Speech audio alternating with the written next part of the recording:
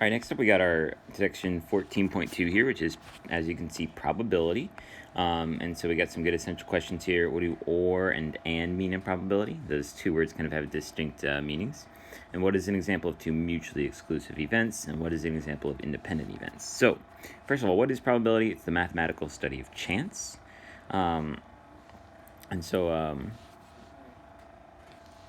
Outcomes in an experimental process such as tossing a coin that gives definitive results. That's the outcomes of the experiment. And the sample space is the set of all possible outcomes. Okay, and then it says if S is a sample space of an experiment, then an event E is the subset of the sample space. So, let S be the sample space in which all the outcomes are equally likely, then E is the event. The probability of E is written P of E is the number of elements in the event, so we'll call that number of element N of E, number of elements in the event, over number of elements in the sample size. So kind of what do you want to happen over what's everything that could possibly happen. Okay, the probability of an event is always a number between 0 and 1. The closer the probability is the event to 1, the more likely it is to happen. So 1 is kind of like absolutely certain. If you're close to 1, you're more likely. It's not guaranteed. But and then 0 is impossible.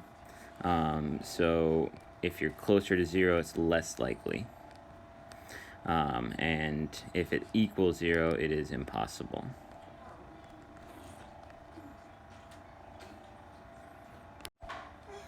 Okay, so for this one, experiment consists of tossing a coin 3 times. List the outcomes in the sample space and list the outcome of each event. So, if the event means getting exactly 2 heads when we toss the coin 3 times, there's actually several ways that can happen. We can go heads, heads, and then tails. We can go heads, tails, then heads, and we can go tails, heads, heads. So if we want exactly 2 heads, that there's 3 ways that can happen. You can see them there. So it is different if I get that tails last or in the middle or first. The event is we get at least 2 heads. Well, that would be the same as the previous, except now we would also include all 3 heads, because remember that would mean that we got at least 2 heads if we got all 3. And then I would just include all the other answers from my previous answer, because obviously if you get exactly 2, that's also at least 2. Heads, tails, heads, and then tails, heads, heads. Okay, and then lastly, the event G of getting no heads, that would just be tails, tails, tails. That's the only way that we can get no heads, is if it's just tails, tails, tails. Okay, so the coin is tossed 3 times, then the results are recorded in order to find the probability of each event. So all of these should be fractions, and so we have to first kind of think about how many possible things could happen. Now, we kind of know from last section that our number of the sample size, I'm going to call it n of s, is 2 to the 3rd power.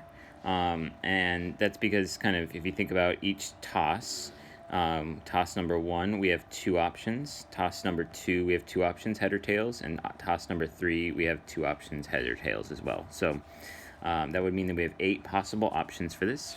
So on all of these, my denominator is going to be 8. I know that already. If I toss a coin 3 times, that's how many possibilities there are.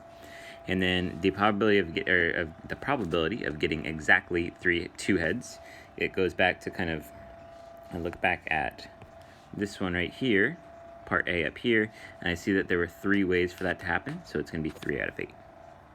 At least 2 heads, I go back to this one, and I see that there are 4 possibilities, so it's 4 out of 8 or 1 out of 2. I actually like both of those answers. 1 out of 2, obviously, reduced fraction is good, but 4 out of 8 actually describes the experiment, where there were, out of 8 possibilities, there were 4 ways for that to happen. And then for getting no heads, there is 1 way to do that, so that's that. Okay, so on the last problem, we actually kind of, we've figured out how many elements were in the sample space and the event. So yeah, we don't actually need to list them all out because that could be a lot. We just need to know the number. And so the counting principles, permutations, combinations we learned earlier will be useful here, okay? So it says a 5-card hand is drawn from a standard deck of 52 cards. What is the probability that all 5 cards are spades? Now, the way 52 card hands work, that there's 4 suits, and those 4 suits have 13 each. So spades is one of those suits, okay? And so they're saying they want all the cards to be out of that suit, okay? So doing a 5-card poker hand. And so when you get a 5-card poker hand, you have all 5 cards in your hands. The order you get them in does not matter. And so for that reason, this is going to be a combination. And so on top here, actually I'm going to do the denominator first. So on the bottom I have a combination out of all 52 cards. I'm doing a combination of 5 of them. So that's kind of all the possibilities that I can get. So out of all 52 cards, that goes on bottom. And on top, I'm doing a combination again, because this is kind of the hand that I want. So I'm still choosing 5 cards, but I want all of them to be spades. So I know I have 13 spades out of the 52. Okay, so I'm going to use the calculator for those. So I get 1287 up top, and then for the bottom I get 2,598,960 on bottom. So that's kind of crazy. On bottom you see that that's how many total hands are possible, 5-card hands, from a 52-card deck if you shuffle it up. So if I divide those out, it comes out to about 0.0005. All right, so next up, a similar problem here. So we have a bag contains 20 tennis balls, of which 4 are defective. So if 2 balls are selected at random from the bag, what's the probability that both are defective? So how I would do this one is, again, with combinations, because it's not really mattering what order we take these out. And so on the denominator, I'm going to have a combination out of all 20. I'm going to choose 2. And then the numerator is what I want, is the defective ones. So a combination. And in the numerator, I'm kind of looking at just the defective ones, because that's what it's asking about. So out of the 4 defective ones, I would need to get 2 as well. So on the calculator here, that would be 6 for that one. And down here I get 190. And so if you wanted the decimal, that would be 0.032. So it's like a 3% chance there. So very unlikely, but still possible. All right, so next up we're going to talk about something called the complement of an event. So the complement of an event is the set of outcomes in the sample of space that is not E. So we'll denote the complement by the E with a little apostrophe. And so when we have the probability of E, the probability of the complement is always, probability of the complement is 1 minus the probability of the actual event. So another way to put that, which I kind of like, is that the probability of the event, the probability of the complement plus the probability of the event, if you add that over, equals 1. And that's kind of saying that it's kind of everything that can happen, right? It's like that can happen or it cannot happen. So since those are the only 2 things that can happen, then their probabilities add up to 1. Okay, so this problem right here, there's kind of 2 ways we can do it. So it says an urn contains 10 red balls and 15 blue balls. Find 6 balls are drawn at random. What's the probability that at least 1 ball is red? And the thing that makes this one hard is that it's at least 1 ball is red. So I could do the probability of 1 red plus the probability of 2 reds, and then kind of keep going, and then plus the probability of, let's see, we're doing 6, right? So they could all 6 be reds. So you could find all those individually and add them up, but the much easier way to do it, which I'm going to be doing, is, or we can do 1 minus the probability of no reds, or 1 minus the probability of all blue. And so I think that's going to be a lot easier because we only need to calculate one probability. Whereas the previous, and then we'll have to subtract 1 from it, obviously, but the previous one we'd have to add up all of those probabilities together. And so that's what I'm going to be doing here. And so let's do that. So the probability of no reds is really the probability of all blues. So I'll write that down as well, probability of 6 blue. And so the probability of 6 blue would be, it's going to be a combination here because we're pulling the balls out. It doesn't say what order. And so on the bottom, everything that could possibly happen is we have 25 balls and I'm going to pull 6 out. And then the top is that we have 15 blue balls and I want all 6 of them. So that's what I'm going for there. Okay. And so that's going to be 1 minus, and if I do this in my calculator, I get 13 on top, I get 460 on bottom. So if I do a little common denominator there, 460 over 460 minus 13 over 460, and that's going to give me 447 over 460, and so that is about 0.97. So 97% chance that I get at least 1 red. I think that actually makes sense. Even though there's more blue balls, it's saying at least 1 red. So if I pull out 6 balls here, I'm going to guess that, yeah, I would get at least 1 red. But we can see kind of on the other side of this, there's like a 3% chance that I would get all blues. So it is possible, just very unlikely.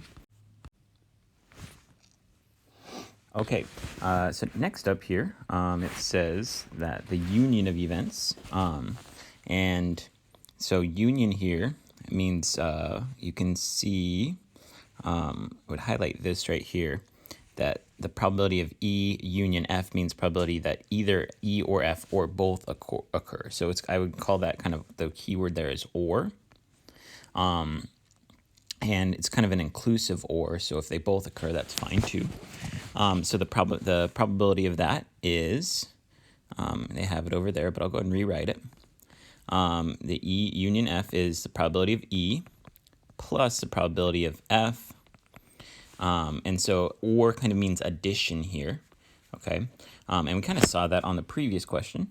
When I was thinking about doing this in the red, which would have worked, if I have 1 red or 2 reds or 6 reds, I add up those probabilities. But we do have to subtract out here probability of E intersection F. And what that really means right there is that means and, okay? So this one is kind of meaning or, and this one, when it's a union, it kind of looks like a U, that's an or. This one is called intersection, that's an and, okay? So what this one is saying is sometimes there's some overlap here where the probability of that they both occur, we don't want to count that twice, and so we subtract that out, okay?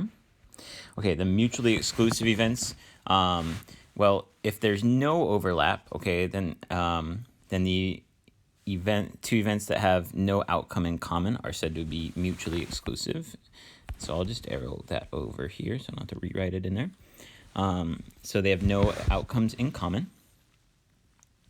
And that means that the and is nothing. Okay, that's what this symbol means, nothing.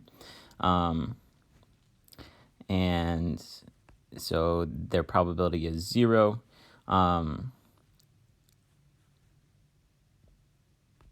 And then, as it says here, we can just find their or probability simply by adding them together. It really kind of is the same formula, but we're just kind of saying if they're mutually exclusive, that means they have no overlap there. And so that means there's kind of, since this is 0, there's nothing to subtract out at the end anyway. Okay, so next up here it says find the probability that a card drawn, and so this is a single card drawn at random. So remember, this is again, we're going to talk about the 52 cards in a whole deck, and we know that there's 4 suits with 13 in each suit. Okay, and so it's either a face card or a spade. So the probability of a face card. So a face card is the jack, queen, and king of every suit. So that's 3 in each suit for face cards. And so that's a total of 12 possible face cards out of 52. And then the probability that it's spade is 13 over 52, because we have 13 total spades out of 52 total. But we have to subtract out here. There is some overlap, because if we think about it, if there's 3 face cards in every suit, there's 3 face cards that are spades.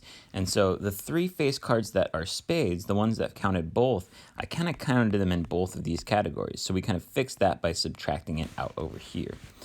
So if I calculate that out, that's going to give me 11 over, or sorry, it's going to give me 22 over 52, which will just reduce to 11 over 26. And you can get a decimal for that too if you want to. So that's the big idea there, is that when we have overlap, when we're adding together these or, because or does kind of mean addition here, but you have to watch out, because if there's any overlap, you have to subtract that out.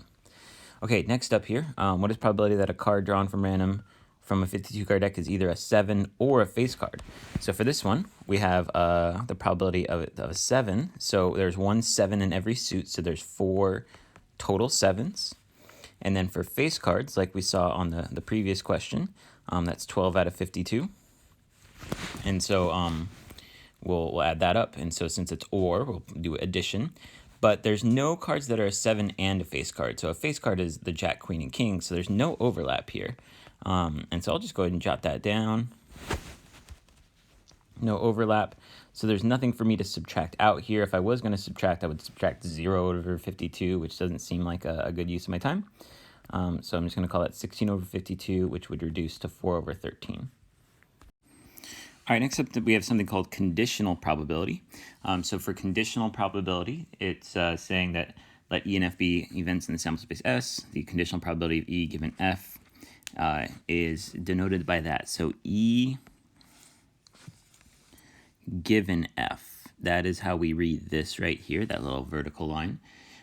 So the probability of E given F is the number of E and F. Remember that over that upside down union is intersection, which means and, over the number of F. So we'll see some examples of that as we go on. Okay, and then to find the probability of this, okay, the probability of E and F, we're going to do the probability of E times the probability of F given E. All right, and so we see here, if we want both events to happen, and in probability, going back to our essential question, kind of means multiply.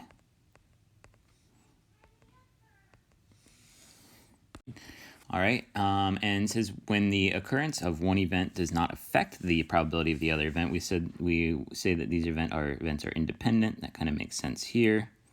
And so this means that the probability that events E and F are independent if the probability of E given F is just the same as probability of E. So it didn't affect it either way, and kind of the same thing the other way around.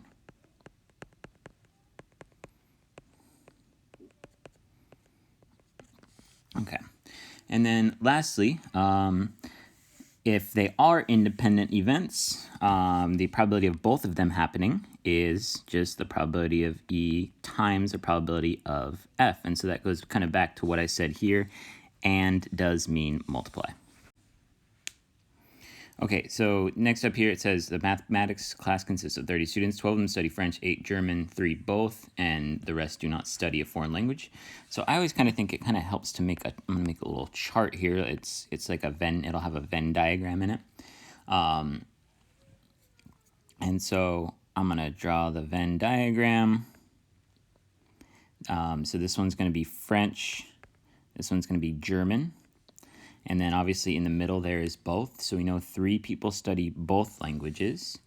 If 12 of them study French, it doesn't say French only. So that would mean that actually 9 study French only. So you can see that the 9 plus the 3 gives me the 12 there. Okay. And so the same thing for German. 8 study German, but 3 are in here. So that would mean there's 5 here. All right. And then how many people does that leave out? Well, how many people do we have in there? 17. So there's 30 students total. So that means that 13 are out here studying neither. Okay. So the probability of, now we got to find these probabilities. So for part A, there's probability that the student studies French. So we know total for French, we have the 9 plus the 3 there. We have 12 students studying French, and so that is out of the 30 total, so 12 out of 30. And so that will be 2 out of 5.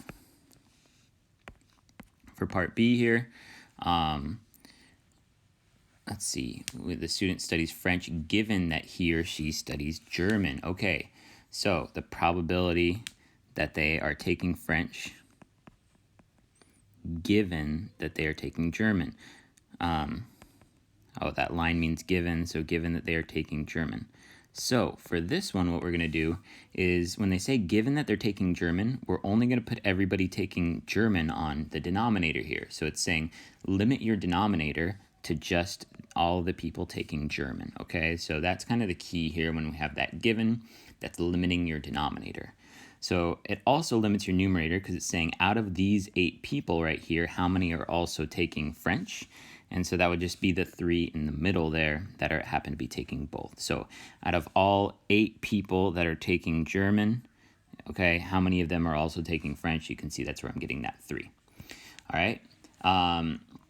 So then the next piece says the probability that they're studying French given that they are studying any language. Okay, so for that one, we have to limit our denominator to everybody studying any language. And so that denominator is going to be the 9 plus 3 plus 5 that we see there. That's everybody that's studying any language. And then so out of those, the ones that are studying French is 9 plus 3. These 2 right there. And so that would be 12 out of 17. Okay, so next up here, it says 2 cards are drawn without replacement, and that's very important there, without replacement, so we're not putting them back after we're done, after a 52-card deck. Find the probability of the following event. The first card is drawn as an ace, and the second card drawn as a king. So for the first one, we have 4 aces in the card deck, so that's out of 52 total. Okay, so that would be the first one, and we know means multiply. And then we know that there's 4 kings in the deck, but it said we're not replacing that first card. So that means the denominator is going to be 51 now, because it's saying that I took that first ace out. Let's see, I got it. There's still 4 kings in the deck, but now there's only 51 cards left in the deck. So that did change the denominator there since I took that 1 card out of the first draw.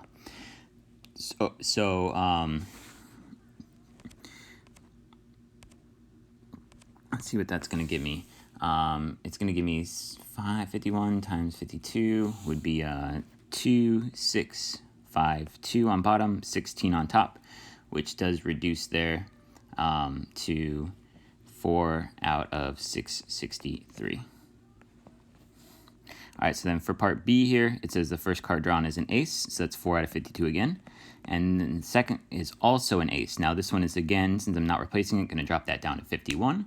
But the numerator here is actually going to be 3 because now it's asking about another ace. So the card that I took out of the deck was an ace. So that didn't affect the numerator on this one because I was talking about a different card, the king, and there was still all 4 in there. But in this case, I'm assuming I got this first ace on the first draw, so there's only 3 aces left out of the 51 cards that are left. So that's going to be 2652 on bottom again, but 12 on top, which will reduce to 1 over 221.